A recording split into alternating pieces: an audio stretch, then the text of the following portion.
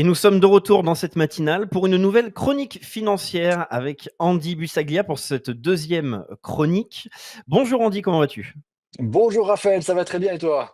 Eh ben, ça va très bien, surtout lorsqu'on fait ce genre d'exercice, c'est-à-dire eh bien, parler concrètement d'économie et faire en sorte que notre public puisse être un petit peu plus informé et formé sur des sujets, mais aussi voilà, des concepts, faire le point sur certaines situations. Donc Andy, je le rappelle, fondateur, conseiller en gestion de patrimoine et donc fondateur de ton propre cabinet à Grenoble, c'est Mon Bureau Patrimonial et surtout, Tout à fait. nous, et là nous sommes très contents à la fois évidemment de cette nouvelle participation sur la matinale, mais aussi collaborateur pour la revue mensuelle depuis plus d'un an, depuis en fait son commencement pour la partie macroéconomique. Pour nos abonnés à la revue, vous le connaissez donc déjà et vous voyez la variété des sujets et surtout la technicité qui nous permet de comprendre ce sujet qui est très complexe mais fondamental car il vous impacte au quotidien, qui est tout simplement l'économie, le marché. Et là, ça va être le thème de cette chronique, Andy. Je vais avoir une question qui va être simple mais qui, à mon avis, va demander des réponses plutôt complexes. L'inflation touche majoritairement la population aujourd'hui. On voit une forte dévaluation de la monnaie, c'est-à-dire il y a une crise économique extrêmement importante pour tous les Français qui est fortement inquiétante, c'est-à-dire la baisse du pouvoir d'achat réduit fortement le niveau de vie, empêche de développer de plus en plus de projets, nous inquiète fortement sur l'avenir. On nous parlait aussi d'une crise financière mondiale. On s'attendait à une récession, à un arrêt total peut-être des marchés, surtout pendant la période sanitaire qui a vu en fait une forte crise apparaître et on en prend les effets aujourd'hui par les décisions politiques. Donc question toute simple, Andy, on va peut-être aborder la notion des fondamentaux. Quels sont les fondamentaux réellement du marché en 2024? Est-ce que l'économie mondiale se porte bien? Et surtout, est-ce que, même s'il y a la crise pour les particuliers, les citoyens, est-ce que le marché semble bien se porter pour 2025 ou alors va-t-il y avoir une crise? Mais Raphaël, voyons, aucun risque de crise puisque tout va bien. Je veux dire, quand vous avez des déficits publics à 6% pour les États-Unis, il y a rien qui peut aller mal. Je veux dire, vous avez une quantité d'argent qui se déverse avec effectivement des dépenses publiques dans tous les sens, avec des plans d'investissement et aussi de dépenses. Euh, ça porte tout le reste finalement. En fait, c'est vrai qu'aujourd'hui, là, on est, si on approche de la fin d'année 2024, si on regarde en arrière, on devait avoir une récession. Là, on avait tous les signaux qui pointaient vers une récession à un moment donné, hein. On avait l'inversion de la courbe des taux, on avait tout un tas de signaux qui nous montraient que on allait droit vers une récession, et elle s'est pas matérialisée. Alors ça ne veut pas dire qu'elle va pas se matérialiser, hein, elle est peut-être simplement, repoussée à plus tard justement parce que, il y a eu des politiques monétaires, extrêmement accommodantes, et malgré un durcissement d'ailleurs, de la politique monétaire, parce qu'on rappelle ce qu'est la politique monétaire, hein, la politique monétaire, c'est ce qui est décidé par les banquiers centraux, c'est la politique en matière de taux d'intérêt, et aussi de ce qu'on appelle des quantitative easing, la quantité d'argent, déversé pour aider, dans tout un tas de secteurs et de domaines, pour faire en sorte que les choses, fonctionnent normalement. C'est vrai qu'on a eu un semblant de durcissement, ces 2 dernières années avec la remontée des taux pour justement lutter contre l'inflation. Mais là, il semblerait qu'on repart dans un cycle de baisse des taux et donc on va avoir, chouette, des nouvelles liquidités, des taux d'intérêt plus bas pour se financer, plus facilement et faire en sorte que les marchés gardent une certaine fluidité. Donc, pour l'instant, tout va bien. Je dirais que, effectivement, quand on a en fait, ça serait très étonnant que les choses aillent mal, quand on voit aujourd'hui ce qui a été, déversé en liquidité, partout en fait, hein, sur les marchés, dans l'économie, à la fois au niveau monétaire et budgétaire, hein. On a eu des plans d'action qui sont, sans précédent. Alors pour autant, est-ce que l'inflation, parce qu'il y a une partie de ta question qui concernait l'inflation, du coup, est-ce que l'inflation, elle est vraiment vaincue? C'est vrai que c'est une question qu'on peut se poser, hein. C'est Non, et vrai que d'ailleurs, il y a un angle très, malicieux ou plutôt malveillant qui est utilisé, c'est qu'on parle de baisse de l'inflation, mais ce n'est pas une baisse de l'inflation à partir de son moment d'apparition. c'est qu'on parle de la baisse de la croissance de l'inflation, en Et fait. totalement, c'est exactement ça. Moi, alors moi, je me mets à la place des gens qui nous écoutent effectivement et qui, pour ceux qui ont des revenus assez modestes et qui voient aujourd'hui, bon, qui ont vu les prix s'envoler, parce qu'on rappelle, hein, que encore une fois, pour les revenus, pour les ménages les plus modestes, finalement, la plus grosse composante, du budget, ce sont les dépenses de logement, les dépenses alimentaires. Et donc, forcément, quand vous avez ces postes-là, qui, montent de 20 en 3 ans, bah, c'est plus la même chose, hein, effectivement, hein. Donc, alors que moi, on pense à ces gens-là, quand ils entendent aujourd'hui que l'inflation n'est plus là et est vaincue, c'est vrai que ça doit laisser comment dire? Une certaine rancœur, parce que, oui, effectivement, on a le rythme d'inflation qui diminue, mais l'inflation est déjà donc toujours positive. Elle se rapproche effectivement de l'objectif des banques centrales qui est de 2 en général. Mais effectivement, on a eu un ralentissement du rythme d'inflation. Pour autant, les prix, sont toujours, largement supérieurs à 20 de ceux qu'on avait il y a 3 ans, hein. Mmh. Donc, alors moi je pense que il faut être très prudent sur l'inflation parce qu'en ce moment, on parle d'un rythme qui ralentit, hein, mais tout ça, ça reste assez fragile quand même, hein. C'est-à-dire que, je je mets en parallèle on met en parallèle les années 70 où on a eu des vagues de forte inflation.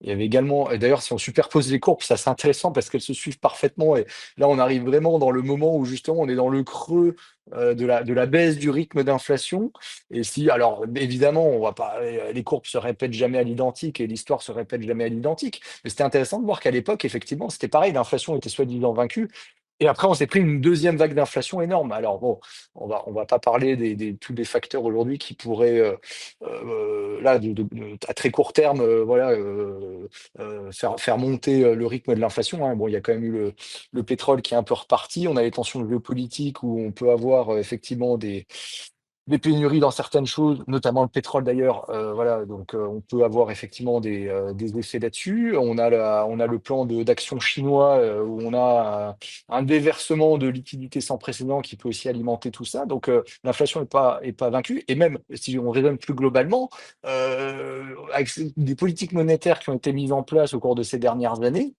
c'est pas du tout, comment dire? Je trouve que c'est pas du tout étonnant ça serait pas du tout étonnant en fait qu'on ait une inflation durablement plus élevée, hein, parce qu'on a quand même fait de l'expérimentation monétaire, là, dans des proportions, assez extrêmes, hein, avec des quantités de liquidités, déversées, par les banques centrales qui ont été quand même assez, astronomiques. Et puis, il faut aussi prendre en compte, tous les facteurs à long terme, qui militeraient pour une poursuite de l'inflation. Je pense notamment, à toutes les dépenses nécessaires pour la transition énergétique, hein, quand vous faites de la transition énergétique, bah, ça renchérit le coût des produits, hein. Je veux dire, vous achetez un logement, qui est, au top de ce qui se fait en termes de normes, et de performance énergétique, bah, forcément ça coûte plus cher, hein, c'est inflationniste. C'est pareil, bah, voilà, les véhicules électriques, on veut faire la transition, bah, les véhicules électriques coûtent plus cher. Enfin, dans tout un tas de pensez à l'outil industriel surtout, hein, pensez surtout à ça.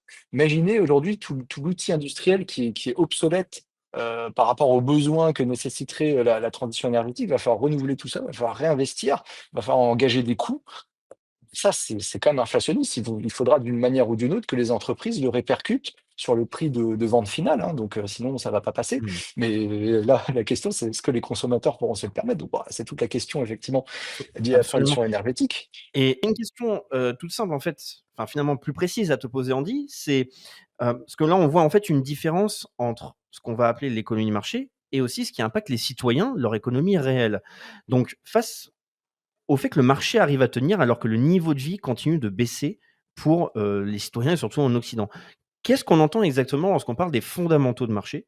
Et surtout, quelle est cette notion même de marché qui semble quand même très paradoxale par rapport à la perception des citoyens et de leur vie au quotidien et de leur rapport à l'économie? Oui, oui, parce que c'est vrai que ce sont 2 choses totalement différentes, hein. On a d'une part l'économie réelle, ce qu'on vit, notre activité professionnelle, nos dépenses de consommation, donc ça, c'est l'économie réelle. Et de l'autre côté, on a l'économie de marché, effectivement, donc les marchés financiers, hein, les flux de capitaux, vraiment les marchés d'investissement, et les 2 sont pas forcément liés. C'est pas parce que ça va mal, dans l'économie réelle, alors c'est assez paradoxal, hein, d'ailleurs, hein, mais c'est pas parce que ça va mal dans l'économie réelle que ça va mal dans les marchés. Vous pouvez, très bien avoir une économie, qui est en risque de récession, et bien aujourd'hui, la comment dire? La philosophie des investisseurs qui investissent sur les marchés financiers pourrait être la suivante, ça pourrait être de dire: «Bon, l'économie va mal, du coup, effectivement, normalement, intuitivement, on pourrait penser que c'est pas bon pour les actions, par exemple. Eh bien, paradoxalement, ça en fait, si ça va mal dans l'économie, on pourrait penser que les banques centrales vont venir au secours, effectivement, du marché pour éviter tout risque, de contagion, de panique généralisée, et donc on pourrait, à l'extrême, injecter des liquidités, et faire en sorte que, on pourrait assouplir, en fait, les conditions financières et faire en sorte que, tout soit plus fluide, et finalement, une bonne nouvelle, comment dire? Pardon, une mauvaise nouvelle au départ, hein, pour l'économie, peut devenir une bonne nouvelle pour les marchés financiers, et inversement, l'inverse est vrai également. Mmh. Et on est rentré dans ce paradoxe-là, effectivement, où, il y a une certaine déconnexion entre les marchés, financiers et l'économie réelle, et ça ne date pas d'hier, hein. C'est, globalement depuis qu'on a expérimenté, les politiques monétaires, des banques centrales à la suite de la crise des subprimes en 2008. Hein, on a fait de l'exceptionnel, et puis après on est resté dans l'exceptionnel, et puis on a habitué effectivement les investisseurs à être, sauvés quand il le faut, par les banques centrales, et ça crée une sorte de filet de sécurité, qui a certains avantages, mais qui a aussi ses inconvénients, puisque, effectivement, ça peut encourager à prendre du risque, alors que la situation s'y prête pas forcément, Mmh. dans des Alors conditions normales. et donc quels sont les critères qui nous permettent donc de définir et d'analyser cette économie de marché? Parce qu'on parle là, tu as pas mal parlé en début de chronique sur, parler de liquidité, le fait d'injecter des liquidités, dans le marché. Mais quels sont les éléments qui nous permettent de comprendre ce qui sont les fondamentaux de ce marché-là? Parce que n'empêche, encore une fois, on dit que c'est plutôt paradoxal. On dit qu'on doit faire une différence. Il y a 2 termes différents vu qu'on parle d'économie de marché, économie réelle. Pourtant les 2 sont liés parce que l'un peut impacter l'autre. Ouais. Et une situation peut aller mal, c'est-à-dire par exemple l'économie réelle peut aller très mal et je pense va mal pour beaucoup de Français par exemple, mais quand on regarde l'économie de marché, il y a des lieux, des secteurs qui sont par exemple en plein essor. Oui, tout à fait, tout à fait, tout à fait. L'argent circule, hein, finalement. Les banques centrales par le jeu des politiques monétaires, ont pu effectivement, insuffler des liquidités dans le système, et ces liquidités, il faut bien qu'elles se retrouvent quelque part, finalement, hein. Donc, elles vont aller, là où ça semble le plus rentable pour les investisseurs, et évidemment, vous pouvez très bien avoir une déconnexion entre les 2. Alors quand on parle de fondamentaux, après, est-ce que ce sont les fondamentaux, sur les marchés actions, par exemple? Quand on parle des fondamentaux, c'est est-ce que les entreprises vont bien? Mais également, comment est-ce qu'elles sont valorisées aujourd'hui? Hein, on peut aussi parler de fondamentaux quand on parle des marchés financiers, c'est de raisonner sur les valorisations, parce que, bon, moi j'ai un cabinet de conseil en gestion de patrimoine, donc j'accompagne mes clients dans la gestion, et le développement de leur patrimoine, et effectivement, ce que je regarderai dans une stratégie, d'investissement, c'est, est-ce que quand on investit sur quelque chose, est-ce qu'on n'achète pas les choses trop chères? Et ça, pour moi, ça fait partie des fondamentaux, c'est de se poser la question, du niveau de valorisation. Par exemple, quand on va sur les marchés actions, de regarder quel est le niveau de valorisation, hein, des sociétés, à la fois en fonction des bénéfices des entreprises, et aussi en fonction de où est-ce qu'on en est dans le cycle. Et donc de vérifier, que, on ne surpaye pas un marché juste parce qu'effectivement il a connu un effet de mode, et qu'il y a beaucoup de monde, qui s'est faufilé dans la thématique, et au risque d'avoir, effectivement, une thématique qui serait un peu encombrée, et sur laquelle ça serait difficile à long terme d'attendre des résultats satisfaisants. Parce que je parle de ça parce qu'en matière d'investissement, c'est vrai que c'est extrêmement important, et à long terme, c'est fondamental, hein. Si vous investissez sur des valorisations, déraisonnablement élevées, vous avez très peu de chances de faire de la performance à long terme, même si, à court terme, ça ne veut rien dire. À court terme, vous pouvez très bien avoir un marché qui est cher et qui va continuer à être cher pendant encore un certain temps parce que c'est comme ça. Mais sur le long terme, vous avez forcément, à un moment donné, un retour à la réalité qui se fait et on l'a vu empiriquement. Mmh. D'autant plus qu'il faut expliquer, que c'est un univers à part entière, l'investissement. Il y a des profils, des objectifs qui peuvent être définis. C'est quand on parle d'objectifs, il peut y avoir en fait une protection de patrimoine, une tentative risquée et assumée de développement, d'un certain capital et donc là, on fait face à certaines fluctuations et on veut, même jouer avec le marché. Il faut faire attention, donc c'est pour ça que là, on fait surtout, de l'éducation. En tout cas, on donne de l'information sur ce milieu-là. Ce ne sont pas des conseils directs, mais c'est pour essayer de comprendre un peu comment fonctionne tout ça. Et ça m'amène en fait à cette dernière question aussi. C'est parce que ça permet, je pense, soit de découvrir ce fameux univers, ou en tout cas de terminer sur une note d'optimisme. On le voit avec les évolutions des technologies. D'ailleurs, toi, c'en est même, enfin, ton métier d'être conseiller en gestion de patrimoine. On est bien d'accord que maintenant, il est possible pour beaucoup de particuliers en fait de se connecter à ce fameux marché qui peut connaître de la croissance ou qui peut en tout cas gagner en valeur et permettre de faire monter la valeur du capital que l'on a investi. On est bien d'accord que maintenant, quand je dis vraiment des technologies, c'est par le biais, tu sais, des applications, se connecter aux brokers, et cetera. Je pense que, il y a quelques décennies, c'était peut-être beaucoup plus complexe et pas donné à tous. Eh bien, et ça veut dire qu'il y a vraiment une dimension d'espoir possible pour les personnes qui veulent se construire ou développer ou protéger leur patrimoine, face à la crise qu'ils peuvent connaître au quotidien. Oui, sachant que c'est pas évident parce que, forcément, bon, c'est un métier qui ne je vais prêcher pour ma paroisse, mais effectivement, c'est un métier qui ne s'improvise pas et en tant que Absolument. particulier, on peut être assez vite, perdu ou mal orienté, dans la jungle que constitue, tout l'univers des placements financiers, hein. On a eu beaucoup de particuliers qui se sont mis à gérer leurs comptes personnels, lors de la crise du covid, lors du confinement. Hein, on avait vu un intérêt, des particuliers, pour la bourse qui a été, quasiment jamais vu auparavant.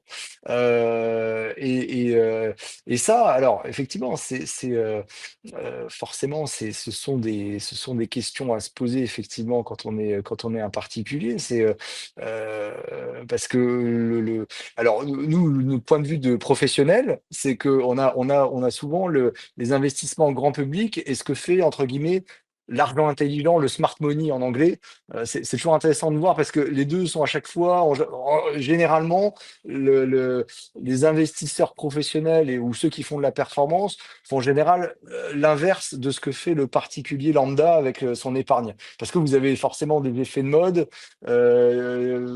on a un accès à l'information qui est quand même limité en tant que particulier et donc en fait, c'est à mon sens tout le danger de quand on gère soi-même, son argent et qu'on n'est pas professionnel en la matière, c'est de pouvoir éviter, les différentes crises qu'on va devoir affronter nécessairement dans les prochaines années. Hein, on sait qu'on va, vers des années qui vont pas être faciles pour l'épargnant, hein. Il va y avoir un certain nombre de questions qui vont être posées, hein. On évolue aujourd'hui dans des marchés qui sont à des niveaux de valorisation historiquement élevés. Les fondamentaux économiques, sont en train de se dégrader, vous avez, des sujets de réajustement de politique monétaire ou en tout cas de manifestation d'effets collatéraux des politiques monétaires extrêmes qui ont été entreprises au cours de ces dernières années, qui font qu'à un moment donné, ça peut ressurgir et ça peut impacter l'épargne des gens, qui investissent effectivement, sur les marchés. Et donc, il va se passer un certain nombre de choses. Je ne parle même pas des risques qu'on a, sur les déficits publics à résorber, le fait qu'il va falloir trouver de l'argent, auprès de l'épargnant et cetera, qu'on va essayer de peut-être de ponctionner d'une manière ou d'une autre. Est-ce que ça sera par des ponctions sur les comptes ou par l'inflation? Ou est-ce que enfin, ouais, il y a toutes ces questions-là dans lesquelles il va falloir naviguer au cours de ces prochaines années et où pour un particulier, honnêtement, ça va pas être facile du tout. Parce que, même pour nous, on est des professionnels, on est tous les jours devant, on est aux premières loges. Bon, moi, je passe 2 heures à essayer de décrypter et comprendre ce qui se passe, sur les marchés financiers, 2 heures par jour. Je prends ce temps-là parce que ça me plaît, parce que j'ai le luxe de pouvoir le faire, parce que je travaille sur un nombre de clients qui reste assez limité, volontairement. Et parce que voilà, je veux prendre le temps de faire les choses et je veux prendre le temps de bien comprendre tout ça. Parce que c'est fondamental. On va vers des années qui vont être pas faciles. Il va y avoir tout un nombre de défis à relever où, pour l'épargnant, on peut vite être perdu et tiré vers le bas dans des choses pas marrantes du tout, hein. Mmh. Bien, merci beaucoup Andy. En tout cas, ce qu'on peut dire, c'est, ça veut dire qu'il y a en tout cas peut-être un chemin à suivre ou sur lequel montrer plus de curiosité et d'intérêt pour pouvoir sortir. Encore une fois, si vous êtes dans un profil où, par exemple, vous avez un patrimoine qui est uniquement en euros sur votre compte bancaire, je ne sais pas ce que vous faites. Il faudrait peut-être revoir ça. Dans tous les cas, il y a des stratégies que vous pouvez employer parce que lorsque vous connaissez ce milieu-là, évidemment, euh, euh, il y a plein de types de portefeuilles, c'est-à-dire de valeurs, c'est-à-dire même de profils psychologiques, d'objectifs à atteindre, parce qu'il y a des catégories d'âge, de responsabilité aussi. C'est de savoir en fait se projeter. On est en période de crise politique, on est en période de crise aussi sociétale, morale, etc., selon les angles et les points de vue. Mais en tout cas, on sait qu'on traverse une longue période de crise et c'est difficile de se projeter sur le long terme et ça peut aussi impacter le moral. Et donc, il faut s'intéresser à ces sujets, ces univers, profiter aussi des expertises. Donc là, Andy, je te remercie à la fois pour cette chronique, mais aussi, je le rappelle, la participation sur la revue mensuelle depuis sa création pour les aspects macroéconomiques. Donc, chers abonnés, si vous voulez en savoir plus, eh bien, rejoignez directement notre communauté en vous abonnant à la revue mensuelle. Je rappelle d'ailleurs qu'il y a 7 jours d'essai gratuits si vous voulez essayer la revue et découvrir par exemple les articles d'Andy sur la macroéconomie. Et Andy, je le rappelle, parle de son expérience et de son activité actuelle, donc c'est-à-dire conseiller en gestion de patrimoine maintenant depuis plus d'une dizaine d'années. Je crois que c'est plus de 13 ans. Plus de 13 ans, si je Ouais, me trompe pas. ça va faire 14 ans, ouais, 14 ans maintenant, ça ne nous rajeunit pas. Voilà, 14 ans, donc fondateur de Mon Bureau Patrimonial à Grenoble et collaborateur plus longtemps et qui maintenant nous fait le plaisir de nous offrir son expertise sous forme de petites chroniques, comme vous pouvez le voir, sur la matinale de GP. Donc merci beaucoup Andy, on se retrouve la semaine prochaine pour développer un autre sujet. Chers spectateurs, je vous le rappelle, si vous avez des questions ou des sujets que vous voulez développer, directement, que vous souhaiteriez voir en tout cas Andy développer, eh bien n'hésitez pas à le poser ces questions dans le chat en direct ou bien en commentaire. On se fera un plaisir de sélectionner les sujets qui seront présentés en commentaire. Voilà, merci beaucoup Andy et on se retrouve comme je l'ai dit tout de suite. Et vous appelez Évidemment. à la mise en place d'un euro numérique. Absolument, absolument. Nos élites déroulent leurs plans contre nous. Mais nous aussi on a des plans contre eux. Déjà au travers de nos émissions avec une revue de presse économique pour faire le point avec vous, puis dans notre revue mensuelle avec des analyses financières et des solutions de décentralisation, et surtout dans notre stratégie anti-CBDC. Plus de 3 heures de contenu exclusif et gratuit pour apprendre concrètement à préserver votre épargne. Au programme, protection anti-crise, anti-banque, anti-État et bien d'autres solutions. Le temps joue contre nous, mais on peut se défendre.